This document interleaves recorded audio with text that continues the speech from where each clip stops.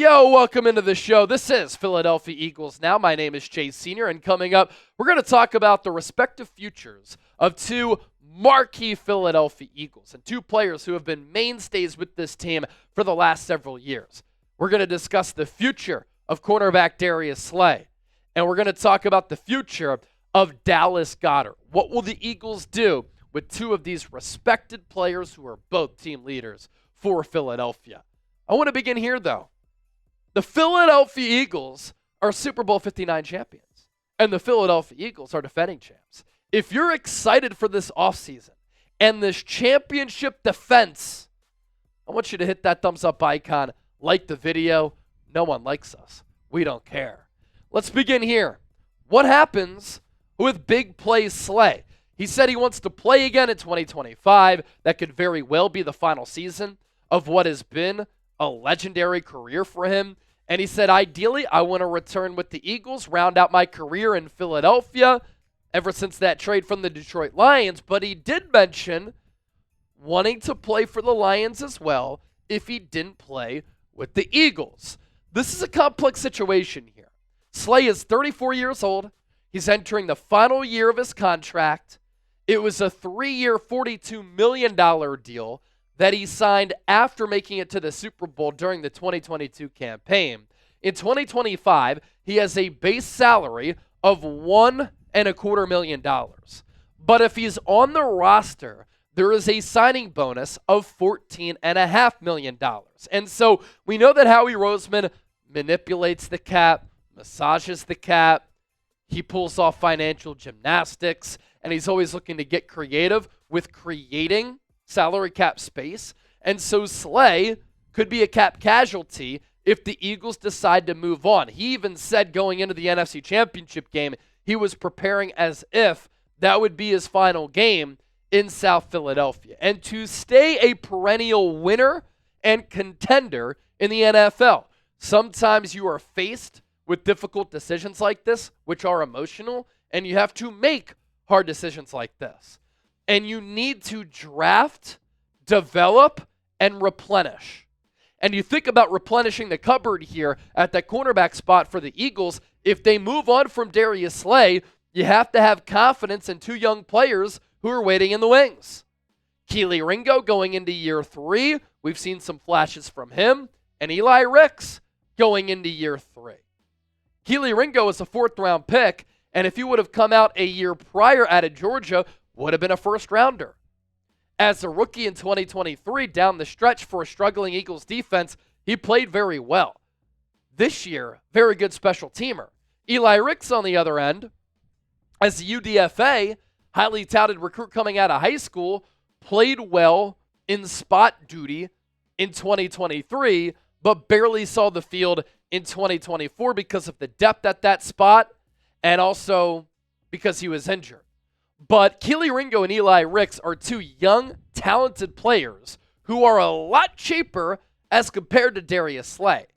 And you still elsewhere have a pretty young defense along the defensive line, and you have two corners who are going to be entering year 2 in Quinyon Mitchell and Cooper DeJean, who can help to absorb the blow if you move on from Slay. Now, I'm talking about this on today's show because Slay went on the St. Brown podcast with the brothers, Amon-Ra and his other brother, whose name is escaping me right now. And he said, if it is, it is. If it ain't, it ain't. But for sure, the two spots I would always love to be at, Philadelphia and Detroit. The main ones I'd love to be at. So Slay pretty much saying he wants to either play for the Eagles or he wants to play with the team that he started his career with in the Detroit Lions, and it makes sense for him, right? 34 years old, wants to continue to chase a Super Bowl, has an opportunity to do that with the Eagles or the Lions. In 2024, though, this goes back to it being a hard decision for Howie Roseman. Big Play Slay played very well. He had an overall Pro Football Focus grade in the regular season of 67.6. That's in the green there. He had a coverage grade of 68.9. Overall PFF grade in the playoffs, his grade jumped 10 points. And his coverage grade in the playoffs also went up exactly 10 points. Played a really good ball in the postseason, really solid ball in the regular season, And in the regular season, among all cornerbacks, he had 12 pass breakups. That was 4th in the NFL. So while he didn't have any interceptions, the instincts, the ability to break on the ball, make a play on the football was still there. And don't get it twisted. He was a big role and a big player on that number 1 overall Eagles defense in 2024. And A.J. Brown a few weeks ago said, I think Big Play Slay is a future Hall of Famer. Definitely not going to be a first ballot guy. Might take him a while. He's put together a resume, though, that is close to being Hall of Fame worthy. Starting corner on a Super Bowl championship team, first team All-Pro in 2017, a 6-time Pro Bowler, interception co-leader in 2017, and a valued, respected teammate and Eagles team captain. In the lead up to the Super Bowl, I love the interview that I was able to do with Slay, asking him about the Chiefs, asking him about Quinyon Mitchell and Cooper DeJean when he realized that they were really solid players. So let's run it back with that interview with Big Play Slay. Slay, and listening to your podcast and just listening to you talk about football, I know you appreciate the nuances and the complexities of offensive football.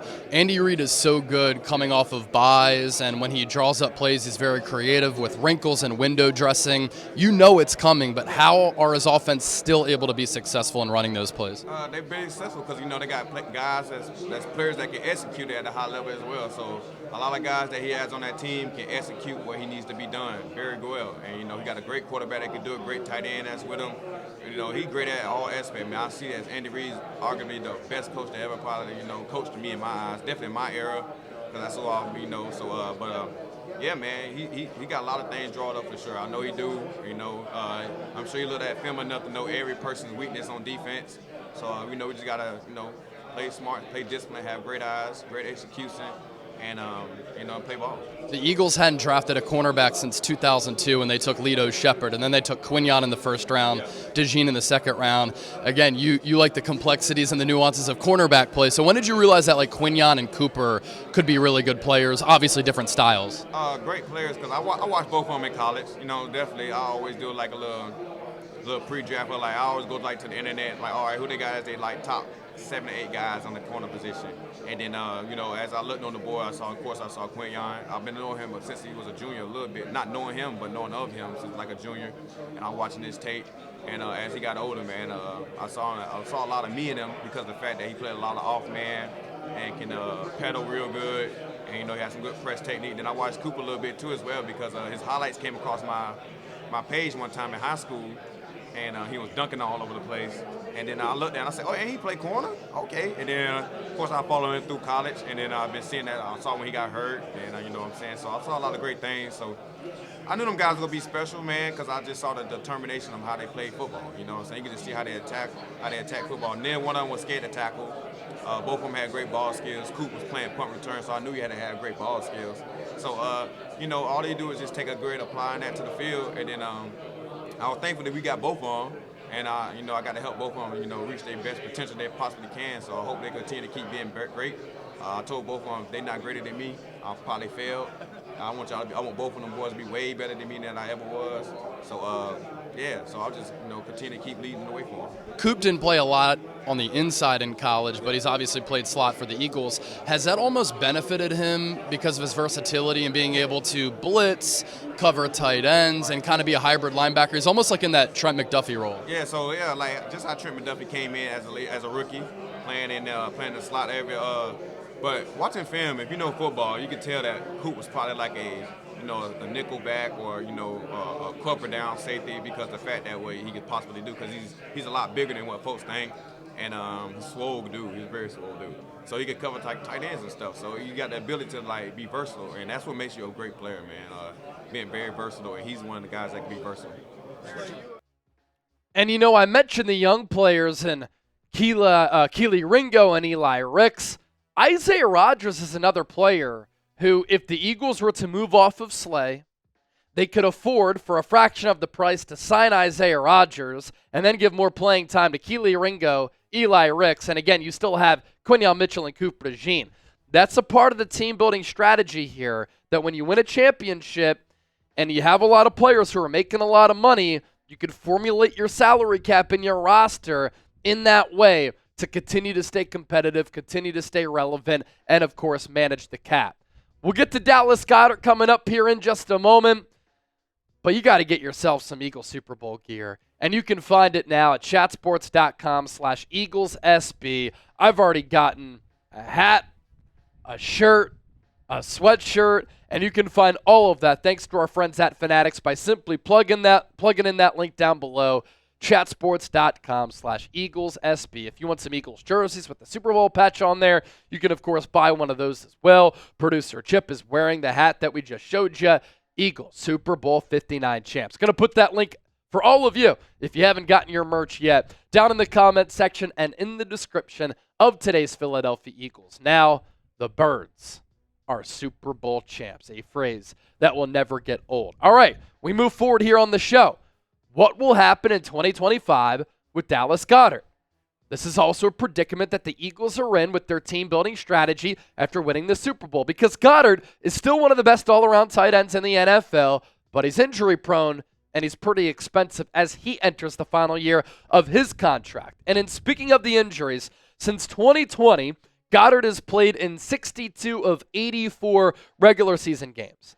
It's about 73.8% of the ball games that he's been on the field available for. If the Eagles were to cut him and designate him as a post-June 1 designation, they would save $6.6 million in cap space. He has a 2025 cap hit of $12 million. We saw all throughout the playoffs the angry run against Green Bay, big play after big play in some of the other games. Shoot, he helped to save the Eagles season on the road against the Saints earlier in the year when he went off for a $170, ran that crosser on that critical down. Great play call by Kellen Moore. That he's still a highly impactful player, and he's been a pretty legendary under-the-radar Eagle when the games matter the most. He's number 2 in postseason receiving yards in franchise history. He was number 1 going into the Super Bowl, but he was overtaken by Devontae Smith after Smitty's big game. And when you think about the backup to Goedert, we saw when Goedert missed time once again this year, Grant Calcaterra is pretty capable. So should the Eagles move on from Goedert? Should they ride it out for one more year, have him play on the expiring year of his contract? Let me hit you with another possibility here to lower his cap hit. He's 30 years old, but if the Eagles were to sign him to a backloaded contract extension that could lower the cap hit for 2025 and over the next couple of years and put some dummy years and dollars on the back end of that deal. Howie Roseman does that quite often. Goedert in 2024, when he was on the field, excellent player. He's tough, physical, picks up yak, excellent blocker, critical member of the brotherly shove, 42 catches, 496 yards, 2 touchdowns. And in the playoffs, rose to the occasion. And he makes an impact away from just the stat sheet.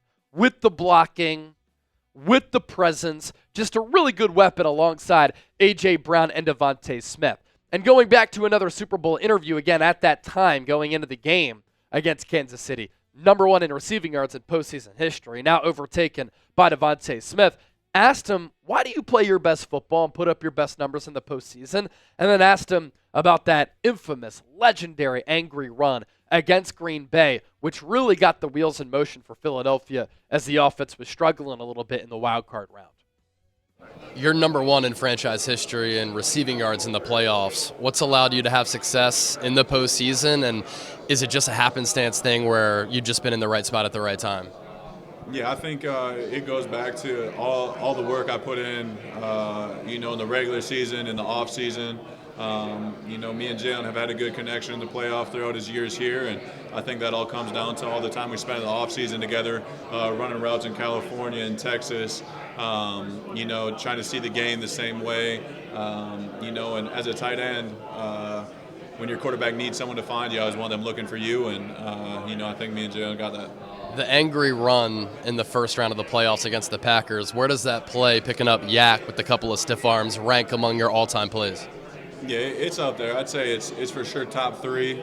Anytime you can score in the playoffs, it's a ton of fun. Those ones mean a little bit more because it's, the playoff time, win or go home. But yeah, that was a special play for me. But I'm just excited to make the next one. What were the other two? Just curious.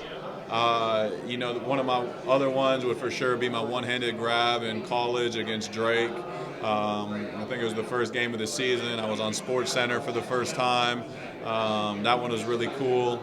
And then probably the other coolest one, it got called back, but I did enjoy my 75-yarder in Dallas. Got called back for offensive pass interference. But yeah, that one was pretty sweet too. So in talking about Slay and Goedert, do you want those players back for 2025? S for stay, G for Joe, or G for go. Once again, share your opinions with me down in the comment section. I also see a lot of people in the comments as we're doing this segment live talking about Tyler Warren. I think he's a stud tight end, one of my favorite players in this draft class. Here's the unfortunate thing. The Eagles are going to pick 32nd overall. Tyler Warren, I think, is going in the first half of the first round.